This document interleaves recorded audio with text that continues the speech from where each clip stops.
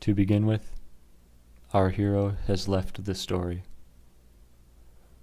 Our villains, liberated from their former responsibility of preventing him from succeeding, are finally free to spend their time as they please. This is what they have been doing.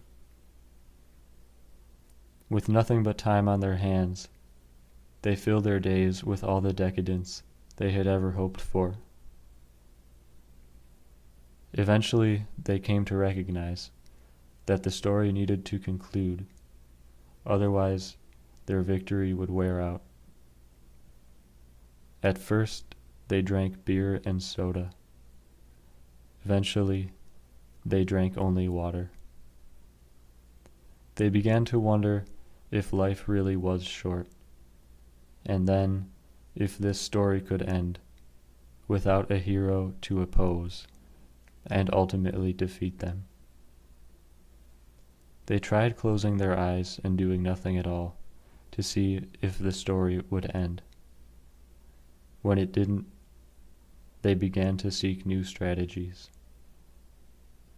They speculated that the story needed a moral before it could end.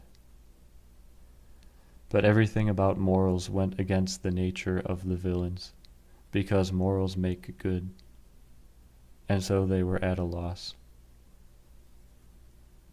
They began to wonder whether what they were in even was a story, if there was no hero.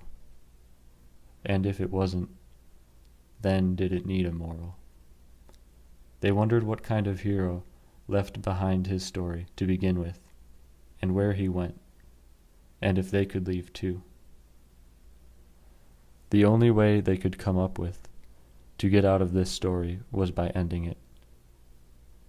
It was then they considered the possibility that the story might have been over since the hero's departure, and that they had been stuck in some epilogue all along, or that they were lucid dreaming, but without control.